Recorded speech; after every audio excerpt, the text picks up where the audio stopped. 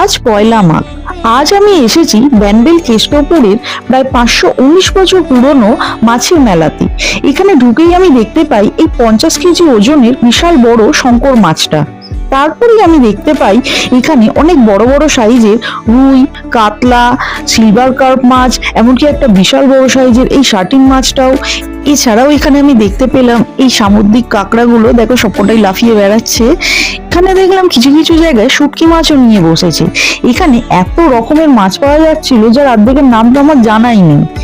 দেখো একটা ছোট্ট পাড়া শঙ্কর মাছ, দেখলাম একটা জায়গায় মাছ এনে দিলে তারা ভেজেও দিচ্ছে। এখন আমরা যাচ্ছি পাশেই যে রাধাকৃষ্ণের মন্দিরটা আছে সেখানে। এখানে এখন কৃষ্ণদেবের নাম কীর্তন চলছে। রাধাকৃষ্ণের এই বিগ্রহটা দেখো কি অপূর্ব সুন্দর। দেখলাম পাশে ভোগ বিতরণ করছে, তো একটু ভোগও নিয়ে নিলাম। ভোগ খেয়ে আমরা আমাদের মেলা ভ্রমণ করা শেষ করে এবার রওনা দিচ্ছি বাড়ির উদ্দেশ্যে। তো আমার ভিডিওটা যদি ভালো লাগে তো অবশ্যই একটা লাইক করে দিও আর চ্যানেলটা সাবস্ক্রাইব করো। দেখা হচ্ছে পরের ভিডিওতে। টাটা।